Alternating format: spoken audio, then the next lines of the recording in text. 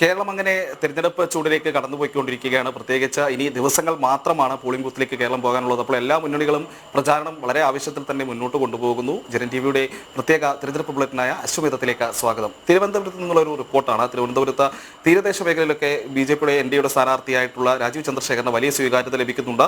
ഇന്ന് മത്സ്യത്തൊഴിലാളികളുടെ നേതൃത്വത്തിൽ സംഘടിപ്പിച്ച ഒരു റോഡ് ഷോയിൽ 100 കണക്കിന് പേരാണ് പങ്കെടുത്തത്. പെൻഷൻ ലഭിക്കാത്ത ഉൾപ്പെടെയുള്ള തീരദേശത്തെ പ്രശ്നങ്ങൾ അവർ സ്ഥാനാർത്ഥിക്ക് മുന്നിൽ വെച്ചു. ആ റിപ്പോർട്ടിലേക്ക്. ഞങ്ങൾ സാധുക്കളായ ഞങ്ങൾക്ക് വിധവയൊക്കെയുള്ള പെൻഷനാണ്. രോഗികളുണ്ട്, ക്യാൻസർ പിടിച്ച രോഗികൾ കിടക്കണം, നടക്കാൻ വയ്യാത്ത വിലാംഗികൾ കിടക്കണം, വേല ചെയ്യാൻ കഴിവില്ലാത്തവർ കിടക്കണം, ഹാർട്ട് പേഷ്യന്റുകൾ കിടക്കണം. അപ്പൊ ഞങ്ങൾ ജനിച്ച മണ്ട് ഞങ്ങൾ ജീവിക്കണം.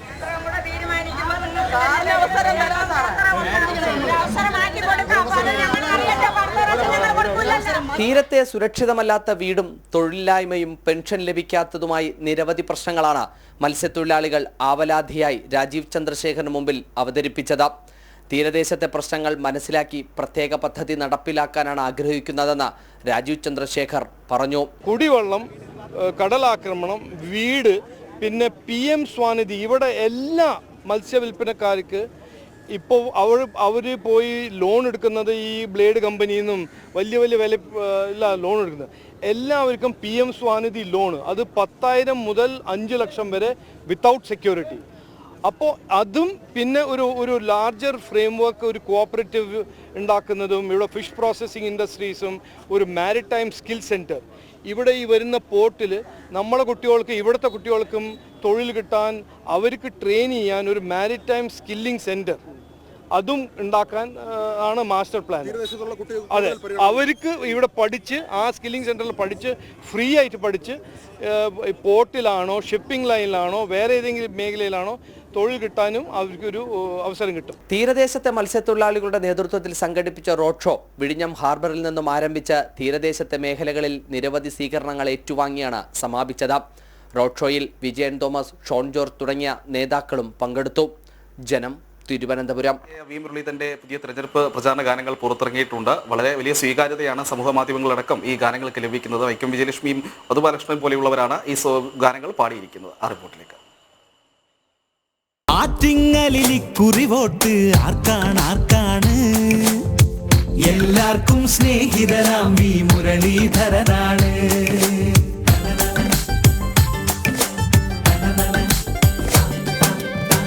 ആറ്റിങ്ങലിക്കുറി താമര വിരിയുമുറപ്പാണ്. അതിനായി നാം വോട്ട് കൊടുപ്പത് മുരളീധരനാണ്. സംഗീത ലോകത്തെ പ്രശസ്തരെ അണിനിരത്തിക്കൊണ്ട് പുറത്തിറക്കിയ ഗാനത്തിന് വലിയ പിന്തുണയാണ് ലഭിക്കുന്നത്. ആറ്റിങ്ങലിക്കുറി വോട്ട് ആർക്കാണ്? എല്ലാവർക്കും സ്നേഹിതനാം വി മുരളീധരനാണ്. ഇനി നമ്മൾ മുന്നോട്ട് കതിരൊളിയായി മോദിജി, പടതുടരും BJP, അതിനുയിരായി മോദിജി. ആറ്റിങ്ങലിൽ ഇക്കുറി വോട്ട്, വിജയക്കൊടി പറപറക്കണ് എന്ന് തുടങ്ങുന്ന ഗാനങ്ങൾ ഇതിനോടകം തന്നെ തരംഗമായി മാറിക്കഴിഞ്ഞു. മോദി സർക്കാരിന്റെ വികസന നേട്ടങ്ങൾ ഉൾപ്പെടുത്തിയ ഗാനങ്ങൾക്ക് വലിയ സ്വീകാര്യതയാണ് ലഭിക്കുന്നത്. വിജയക്കൊടി പറപറക്കണ, തിലകക്കുറി അണിഞ്ഞൊരുങ്ങണ, ജനത്തിൻ തുടി തുടി പറയണ BJP.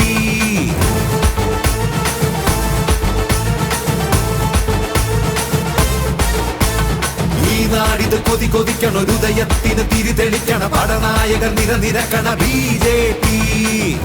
7 ഗാനങ്ങളാണ് പ്രചരണത്തിന്റെ ഭാഗമായി പുറത്തിറക്കിയത്. നരേന്ദ്രമോദിജി സുശക്തനായി നയിപ്പു നമ്മളെ, ജ്വലിച്ച സൂര്യനായി നരേന്ദ്രമോദിജി തുടർന്നു വാഴണം, സമൃദ്ധ ഭാരതം പടുത്തുയർത്തുവാൻ. ഓഹോ, വിജയക്കൊടി പറപറക്കണ, തിലകക്കുറി അണിഞ്ഞൊരുങ്ങണ, ജനത്തിൻ തുടി തുടി പറയണ BJP. സന്തോഷ് വർമ്മയുടെയും രമേഷ് കുമാറിന്റെയും തൂലികയിൽ പിറന്ന മനോഹര വരികൾക്ക് സംഗീതം നൽകിയത് M ജയചന്ദ്രനും രാജീവ് ആലുങ്കലുമാണ്. മധു ബാലകൃഷ്ണൻ, വൈക്കം വിജയലക്ഷ്മി, പ്രദീപ് പള്ളുരുത്തി തുടങ്ങിയവരുടെ ശബ്ദമാധുരിയിൽ പിറന്ന ഗാനങ്ങൾ സാമൂഹിക മാധ്യമങ്ങളിൽ ഇതിനോടകം തന്നെ തരംഗമായി മാറിക്കഴിഞ്ഞു. തുറകൾക്കൊരു രക്ഷകനായി, കർഷകരുടെ സാന്ത്വനമായി, കരുതലുമായി തുടരാൻ നമ്മുടെ മുരളീധരനുണ്ട്. ഇനി നമ്മൾ മുന്നോട്ട് കതിരൊളിയായി മോദിജി, പടതുടരും BJP, അതിനുയിരായി മോദിജി.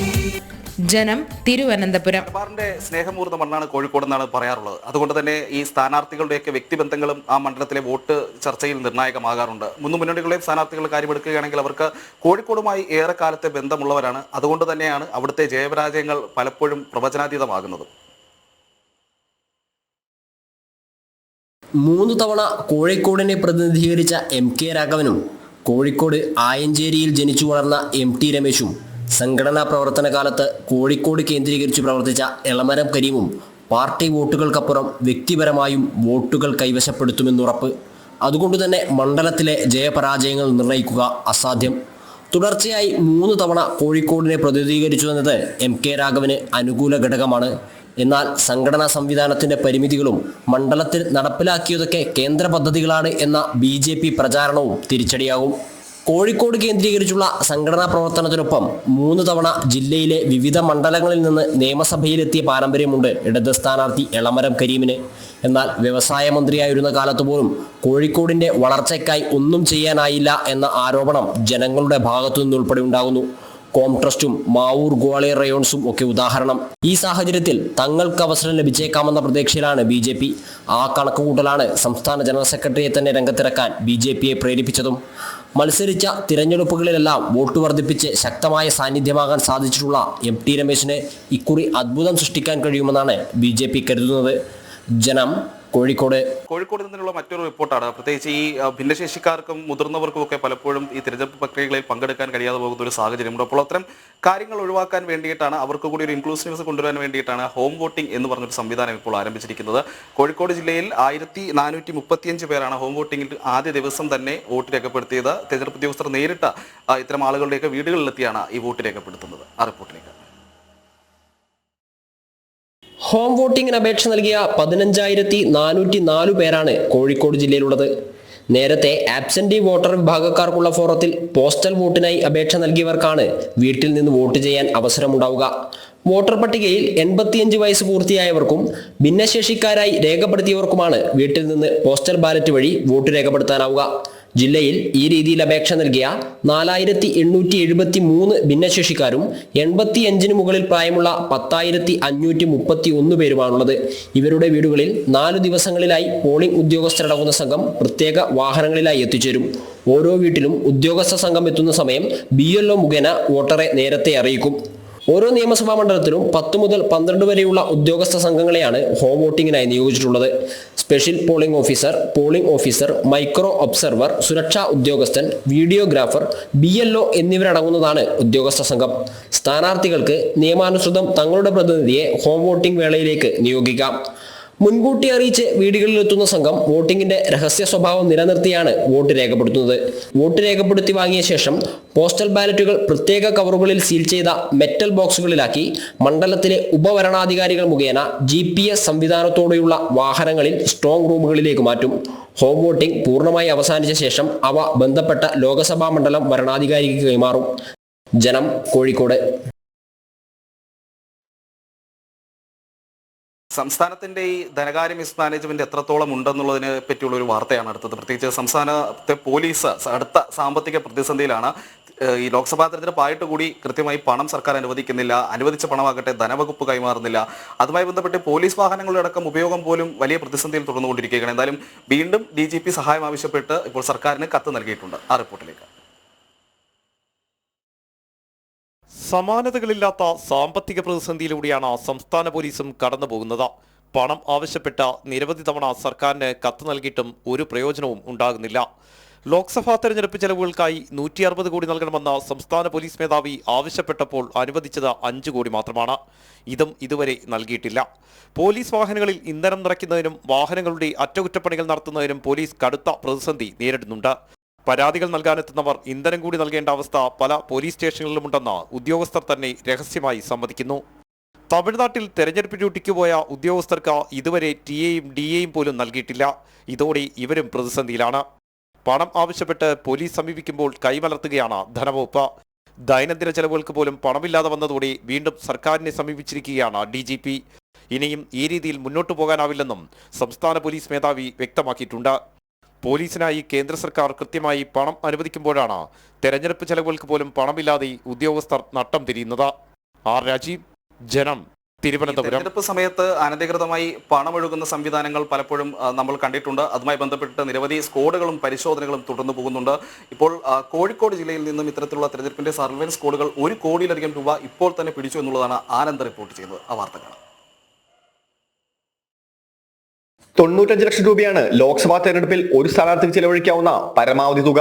ഇതുമായി ബന്ധപ്പെട്ട പരിശോധനകൾ നടത്തുകയാണ് ജില്ലാ ഇലക്ഷൻ എക്സ്പെൻഡിച്ചർ മോണിറ്ററിംഗ് സെല്ലുകളുടെ പ്രവർത്തനം. അനധികൃതമായി വോട്ടർമാരെ സ്വാധീനിക്കാൻ കൊണ്ടുപോകുന്ന പണം, പാരിതോഷികങ്ങൾ, ഡ്രഗ്സ് എന്നിവയെല്ലാം പിടിച്ചെടുക്കുന്നതിന് വിവിധ സ്ക്വാഡുകൾ ജില്ലയിൽ 24 മണിക്കൂറും പ്രവർത്തിച്ചു വരുന്നുണ്ട്. മതിയായ രേഖകളുടെ അഭാവത്തിൽ കൊണ്ടുപോയ ഇത്തരത്തിലുള്ള 1,84,310 രൂപയാണ് സർവൈലൻസ് സ്ക്വാഡുകൾ ഇതുവരെ പിടിച്ചെടുത്തത്.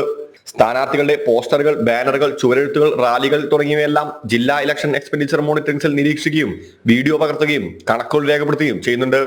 തെരഞ്ഞെടുപ്പ് അടുത്തതോടെ ജില്ലയിലെ എല്ലാ നിയമസഭാ മണ്ഡലങ്ങളും കേന്ദ്രീകരിച്ച് ഫ്ലൈയിംഗ് സ്ക്വാഡുകൾ വാഹന പരിശോധനയും വ്യാപകമാക്കിയിട്ടുണ്ട്. ജനം, കോഴിക്കോട്. ലോക്സഭയിലും വിജയിച്ചു കയറിയ ആളാണ് എറണാകുളത്തെ UDF സ്ഥാനാർത്ഥിയായ ഹൈബീഡൻ. ഹൈബീഡന്റെ തെരഞ്ഞെടുപ്പ് പ്രചാരണ റാലികളുമായി അദ്ദേഹം സജീവമായി മുന്നോട്ട് പോവുകയാണ്. അപ്പോൾ എറണാകുളത്തെ തീരദേശ മേഖലകളിൽ ഹൈബീഡിനൊപ്പം ഞങ്ങളുടെ പ്രതിനിധി ജിജീഷ് ചേർന്ന് തയ്യാറാക്കിയ ഒരു 1-to-1 കാണാം. വികസനം തുടരുവാൻ, ജനഹിതം അറിയുവാൻ മലകളോടെതിരിടാൻ ബലവുമായി വിടയും ഇടറിടാൻ ചുവടുമാൻ പകരും ഈ സഹകരം പുതിയ ചരിതമെഴുതി ഇവിടെ വിജയത്തിലകമണിയൻ. എറണാകുളം ലോക്സഭാ മണ്ഡലത്തിൽ വീണ്ടും ഒരു ചരിത്ര വിജയം കൂടി തേടിയാണ് UDF സ്ഥാനാർത്ഥി ഹൈബി ഈഡൻ പ്രചാരണം കൂടുതൽ ശക്തമാക്കിയിരിക്കുന്നത്. വോട്ടെടുപ്പിന് ദിവസങ്ങൾ മാത്രം ബാക്കി നിൽക്കെ മണ്ഡലത്തിന്റെ ഓരോ മുക്കിലും മൂലയിലും എത്തുകയാണ് സ്ഥാനാർത്ഥി ഹൈബി ഈഡൻ. കൃത്യമായി തന്നെ ഓരോ ആളുകളെയും പേര് വിളിച്ചുകൊണ്ട് തന്നെ അഭിസംബോധന ചെയ്യാൻ കഴിയുന്ന സ്ഥാനാർത്ഥി, ഓരോ ഭാഗങ്ങളിലും എത്തിക്കൊണ്ട് അത്തരത്തിൽ പ്രവർത്തകരോട് ആത്മബന്ധം പുലർത്തുന്ന സ്ഥാനാർത്ഥി. അതുകൊണ്ട് തന്നെ ഹൈബി വലിയ ആത്മവിശ്വാസത്തിലാണ് ഉള്ളത്. മുമ്പെല്ലാം തന്നെ, അതായത് കരുത്തർ മത്സരിച്ച ഘട്ടങ്ങളിൽ പോലും LDFിനെ P രാജീവിനെ അടക്കം വലിയ ഭൂരിപക്ഷത്തിൽ തോൽപ്പിച്ച ഹൈബി ഇത്തവണയും ആത്മവിശ്വാസത്തിൽ തന്നെയാണ് അല്ലേ ഹൈബി? വലിയൊരു ആത്മവിശ്വാസത്തിൽ തന്നെയല്ലേ ഇത്തവണയും? അല്ല, ഞങ്ങള് വിചാരിച്ചതിനേക്കാൾ വലിയ പ്രതികരണമാണ് ജനങ്ങളുടെ ഭാഗത്തുനിന്നുണ്ടാവുന്നത്. വികസനം തുടരുവാൻ, ജനഹിതം അറിയുവാൻ മലകളോടെതിരിടാൻ ബലവുമായി വിടയും ഇടറിടാൻ ചുവടുമാൻ പകരും ഈ സഹകരം പുതിയ ചരിതമെഴുതി ഇവിടെ വിജയത്തിലകമണിയൻ. എറണാകുളം ലോക്സഭാ മണ്ഡലത്തിൽ വീണ്ടും ഒരു ചരിത്ര വിജയം കൂടി തേടിയാണ് UDF സ്ഥാനാർത്ഥി ഹൈബി ഈഡൻ പ്രചാരണം കൂടുതൽ ശക്തമാക്കിയിരിക്കുന്നത്. വോട്ടെടുപ്പിന് ദിവസങ്ങൾ മാത്രം ബാക്കി നിൽക്കെ മണ്ഡലത്തിന്റെ ഓരോ മുക്കിലും മൂലയിലും എത്തുകയാണ് സ്ഥാനാർത്ഥി ഹൈബി ഈഡൻ. കൃത്യമായി തന്നെ ഓരോ ആളുകളെയും പേര് വിളിച്ചുകൊണ്ട് തന്നെ അഭിസംബോധന ചെയ്യാൻ കഴിയുന്ന സ്ഥാനാർത്ഥി, ഓരോ ഭാഗങ്ങളിലും എത്തിക്കൊണ്ട് അത്തരത്തിൽ പ്രവർത്തകരോട് ആത്മബന്ധം പുലർത്തുന്ന സ്ഥാനാർത്ഥി. അതുകൊണ്ട് തന്നെ ഹൈബി വലിയ ആത്മവിശ്വാസത്തിലാണ് ഉള്ളത്. മുമ്പെല്ലാം തന്നെ, അതായത് കരുത്തർ മത്സരിച്ച ഘട്ടങ്ങളിൽ പോലും LDFിനെ P രാജീവിനെ അടക്കം വലിയ ഭൂരിപക്ഷത്തിൽ തോൽപ്പിച്ച ഹൈബി ഇത്തവണയും ആത്മവിശ്വാസത്തിൽ തന്നെയാണ് അല്ലേ ഹൈബി? വലിയൊരു ആത്മവിശ്വാസത്തിൽ തന്നെയല്ലേ ഇത്തവണയും? അല്ല, ഞങ്ങള് വിചാരിച്ചതിനേക്കാൾ വലിയ പ്രതികരണമാണ് ജനങ്ങളുടെ ഭാഗത്തുനിന്നുണ്ടാവുന്നത്. ഞങ്ങളുടെ കോൺഫിഡൻസ് എന്ന് പറയുന്നത് ജനങ്ങൾ നൽകുന്ന കോൺഫിഡൻസാണ്. ജനങ്ങൾ അതിശക്തമായി പൗരത്വ ഭേദഗതി നിയമവും അതുപോലെ തന്നെ മണിപ്പൂരുമായി ബന്ധപ്പെട്ടിട്ടുള്ള വിഷയങ്ങളും ന്യൂനപക്ഷ വിഷയങ്ങളിലും അതുപോലെ തന്നെ സംസ്ഥാനത്തെ വികസന വിഷയങ്ങളുമെല്ലാം ചർച്ച ചെയ്യപ്പെടുന്ന ഒരു തെരഞ്ഞെടുപ്പായി ഇത് മാറുമെന്നാണ് ഞങ്ങൾ പ്രതീക്ഷിക്കുന്നത്. അത് നമ്മൾക്ക് ഐക്യജനാധിപത്യ മുന്നണിക്ക് പ്രയോജനകരമായി മാറുമെന്ന് തന്നെയാണ് ഞങ്ങൾ കരുതുന്നത്. എങ്ങനെയാണ് ഇതിലൊരു എതിർ സ്ഥാനാർത്ഥികളെ കാണുന്നത്? പ്രത്യേകിച്ച് ഹൈബി P രാജീവ് അടക്കം മത്സരിച്ചപ്പോൾ പോലും വലിയ ഭൂരിപക്ഷത്തിൽ ജയിച്ച ഒരാളാണ്. ആ നിലയ്ക്ക് എങ്ങനെ LDFിന്റെയും NDAയുടെയും സ്ഥാനാർത്ഥികളെ കാണുന്നു? ഞാൻ പറയുന്നത്, സ്ഥാനാർത്ഥികൾ ആരായാലും അവർക്കൊരു ചെറിയ റോളേ ഉള്ളൂ. യഥാർത്ഥത്തിൽ ഇതൊരു പൊളിറ്റിക്കൽ ഫൈറ്റാണ്. ഈ പൊളിറ്റിക്കൽ ഫൈറ്റിൽ സംഭവിക്കുന്നത് കൃത്യമായ രാഷ്ട്രീയമുള്ള ആളുകൾ അവരുടെ വോട്ട് രേഖപ്പെടുത്തും എന്നുള്ളതാണ്. അവിടെ കാൻഡിഡേറ്റ് ഇമ്മെറ്റീരിയലാണ്. ഞാനാണെങ്കിലും അങ്ങനെ തന്നെയാണ്. പക്ഷെ എൻ്റെ ഒരു പ്രത്യേകത എന്ന് പറയുന്നത്, ഞാനൊരു MP എന്നുള്ള രീതിയിൽ എൻ്റെ 5 വർഷത്തെ പ്രവർത്തനങ്ങളും കൂടി വിലയിരുത്തുന്ന ഒരു തെരഞ്ഞെടുപ്പായി ഇത് മാറുമെന്നുള്ളതാണ്. അത് വളരെ പ്രധാനപ്പെട്ട ഒരു കാര്യമാണ്. ഞാൻ പാർലമെൻറ്റിൽ പെർഫോം ചെയ്തോ, എൻ്റെ മണ്ഡലത്തിൽ വികസന പദ്ധതികൾ കൊണ്ടുവന്നോ, അങ്ങനെയുള്ള ചർച്ചകൾ ഒരു വഴിക്ക് നടക്കും. മറ്റൊന്ന് ഞാൻ പറഞ്ഞില്ലേ, ജനങ്ങൾ വളരെ പോസിറ്റീവാണ്. അത് തീരദേശ മേഖലയിലാണെങ്കിലും, ഇപ്പോൾ ഞങ്ങൾ തീരദേശ മേഖലയിലാണ്, പല സ്ഥലങ്ങളിലും ചെല്ലുമ്പോൾ ജനങ്ങൾ വലിയ ആത്മവിശ്വാസമാണ് ഞങ്ങൾക്ക് നൽകുന്നത്. അത് വോട്ടുകളായി മാറുമെന്ന് ഞാൻ പ്രതീക്ഷിക്കുകയാണ്. മറ്റൊരു കാര്യം ഹൈബി, മത്സര രംഗത്ത് മറ്റു മുന്നണികളെ പോലെ തന്നെ ഇപ്പോൾ 2020 ഒരു സാന്നിധ്യമുണ്ട്. പ്രത്യേകിച്ച് ഈ തീരദേശ മേഖലകളിലേക്ക് എത്തുമ്പോൾ അവരുടെ ഒരു പ്രചാരണമൊക്കെ ശക്തമായി കാണുകയും ചെയ്യുന്നു. എങ്ങനെ കാണുന്നു അവരെ? പാർലമെൻറ്റിൽ അവർക്ക് എന്താണ് പ്രോമിനൻസ്, എന്താണ് അവരുടെ രാജ്യത്തിൻ്റെ സാമ്പത്തിക നയവുമായി ബന്ധപ്പെട്ടിട്ടുള്ള അവരുടെ ഉത്തരം എന്താണ് മണിപ്പൂരിൽ അവരുടെ നിലപാട്, പൗരത്വ ഭേദഗതി നിയമത്തിൽ എന്താണ് അവരുടെ നിലപാട്? BJPക്ക് ഇലക്ടോറൽ ബോണ്ട് കൊടുക്കുന്ന ഒരു പാർട്ടി, ഒരു രാഷ്ട്രീയ പാർട്ടി എന്ന് അവകാശപ്പെടുന്നു. BJPക്ക് ഇലക്ടോറൽ ബോണ്ട് കൊടുക്കുന്നു. അവരെല്ലാവിധ രീതിയിലുമുള്ള അഡ്ജസ്റ്റ്മെൻറ്റുകൾ രാഷ്ട്രീയത്തിൽ നടത്തുന്നു. അങ്ങനെയുള്ള ആളുകൾക്ക് ജനങ്ങളുടെ മുമ്പിൽ എന്ത് ക്രെഡിബിലിറ്റിയാണുള്ളത്? അപ്പോൾ ഒരു തരത്തിലും കാര്യമായി നമ്മളെ ഞാൻ പറഞ്ഞു, ഇതൊരു പാർലമെൻറ്റ് ഇലക്ഷനാണ്, ജനങ്ങൾ വോട്ട് ചെയ്യേണ്ടത്. എനിക്ക് ജനങ്ങളോട് ജിജേഷ് മുഖാന്തരം, ജനം TV മുഖാന്തരം എനിക്ക് പറയാനുള്ളത്, രാജ്യത്തിന് വേണ്ടിയാണ് ഈ വോട്ട് ചെയ്യുന്നത്. അത് കൃത്യമായി നിങ്ങൾ എക്സസൈസ് ചെയ്യണം. ഒരു രാജ്യത്തിൻ്റെ പരമപ്രധാനപ്പെട്ട ഒരു തെരഞ്ഞെടുപ്പാണ്, ഈ രാജ്യത്തെ നിലനിർത്തുന്നതുമായി ബന്ധപ്പെട്ട തെരഞ്ഞെടുപ്പാണ്. അതിൽ ജനം വളരെ കൃത്യമായിട്ട് തെരഞ്ഞെടുപ്പിൽ വോട്ട് ചെയ്യണം എന്നുള്ളതാണ് എൻ്റെ അഭ്യർത്ഥന. ഹൈബി, പ്രധാനമായിട്ടും ഈ തീരദേശ മേഖലയിലേക്ക് എത്തുമ്പോൾ അവിടെ പല പ്രവർത്തനങ്ങളും നടത്തിയെന്ന് അവകാശപ്പെടുമ്പോൾ തന്നെ ഈ കടൽ ഭിത്തി അടക്കമുള്ളത് പൂർണ്ണമായിട്ടില്ല. അതൊരു പ്രധാന വിഷയമായി നിലനിൽക്കുന്നില്ലേ? അല്ല, നിങ്ങൾ ഈ ഉത്തരം കൊടുക്കുമെങ്കിൽ ഞാൻ അതിൻ്റെ ഉത്തരം പറയാം. കാരണം എനിക്ക് പാർലമെൻറ്റിൽ ചോദിച്ചൊരു പ്രധാനപ്പെട്ട ചോദ്യം, 2015 ശേഷം 1 രൂപ പോലും സെൻട്രൽ ഗവൺമെൻറ് കടൽ ഭിത്തിക്കോ പുലിമുട്ടിനോ കേരളത്തിന് നൽകിയിട്ടില്ല എന്നുള്ളതാണ്. UPA സർക്കാരിന് ശേഷം 1 രൂപ പോലും BJP സർക്കാർ കൊടുത്തിട്ടില്ല. ഒന്ന്. രണ്ടാമത്തെ കാര്യം, സംസ്ഥാന സർക്കാർ അതുമായി ബന്ധപ്പെട്ട് വലിയ ചെല്ലാനത്ത് ഒരു ചെറിയ പ്രദേശത്ത് ഒഴിച്ചാൽ ബാക്കി ഒരു സ്ഥലത്തും വലിയ കാര്യമായ കടൽ ഭിത്തി നിർമ്മാണത്തിന് വേണ്ടി തുക അനുവദിച്ചിട്ടില്ല. അപ്പോൾ ഇതിന് രണ്ടും ഉത്തരവാദികളായിട്ടുള്ള ആളുകളുണ്ട്. അപ്പോൾ തീരദേശത്തിൻ്റെ ജീവനോപാധിയും സംരക്ഷിക്കുക എന്നുള്ളത് തീർച്ചയായിട്ടും ഒരു പ്രധാനപ്പെട്ട ഫാക്ടർ തന്നെയാണ്. അതുപോലെ തന്നെ ഇപ്പോൾ ഈ പ്രചാരണത്തിൽ ഒരുപാട് മേഖലകളിലൂടെ, ഉൾവഴികളിലൂടെ അടക്കം പോയി. എങ്ങനെയാണ് അവരിൽ നിന്നെല്ലാം വോട്ടർമാരിൽ നിന്നുള്ളൊരു പ്രതികരണം?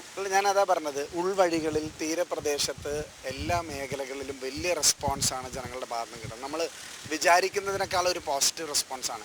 ഇപ്പോൾ നിങ്ങൾ ഒരുപാട് സർവേകൾ നടത്തിയിട്ടുണ്ട്. ആ സർവേകളെ എല്ലാം കവച്ചു വയ്ക്കുന്നതായിരുന്നു കഴിഞ്ഞ പ്രാവശ്യത്തെ റിസൾട്ട്. കോൺഗ്രസ് UDF 19 സീറ്റ് ജയിച്ചു. അതും വലിയ ബഹുഭൂരിപക്ഷത്തിലാണ് മിക്ക മണ്ഡലങ്ങളും ജയിച്ചത്, പ്രതീക്ഷിക്കാത്ത മണ്ഡലങ്ങൾ പോലും. അപ്പോൾ ആ ഒരു തരംഗം, അതിനേക്കാൾ വലിയൊരു തരംഗം ഉണ്ടാവുമെന്ന് ഞങ്ങൾ കരുതുകയാണ് ഈ തെരഞ്ഞെടുപ്പിൽ. അത് ജനങ്ങൾ തീരുമാനിക്കേണ്ട ഒരു കാര്യമാണ്.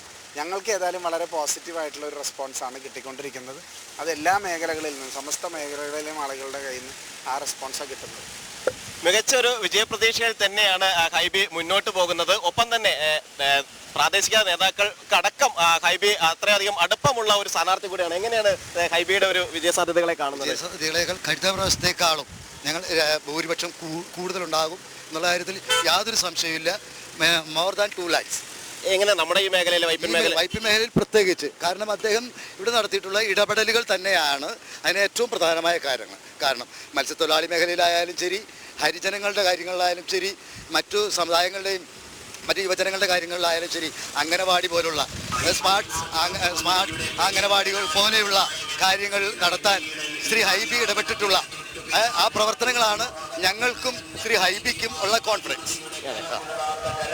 തീർച്ചയായും വലിയ തോതിൽ തന്നെ വിജയപ്രതീക്ഷ, അതായത് ഭൂരിപക്ഷം വർദ്ധിപ്പിച്ചുകൊണ്ടുള്ള ഒരു ജയം തന്നെയാണ് UDF സ്ഥാനാർത്ഥി ഹൈബി ഈഡനും UDFും ആകെ പ്രതീക്ഷിക്കുന്നത്. അത്തരത്തിൽ തന്നെ പ്രവർത്തനത്തിൽ മുന്നേറാൻ കഴിഞ്ഞിട്ടുണ്ട് എന്ന വിലയിരുത്തലിൽ തന്നെയാണ് അവരുള്ളത്. ക്യാമറമാൻ മനുവിനൊപ്പം ജിജീഷ് കരുണാകരൻ, ജനം, കൊച്ചി.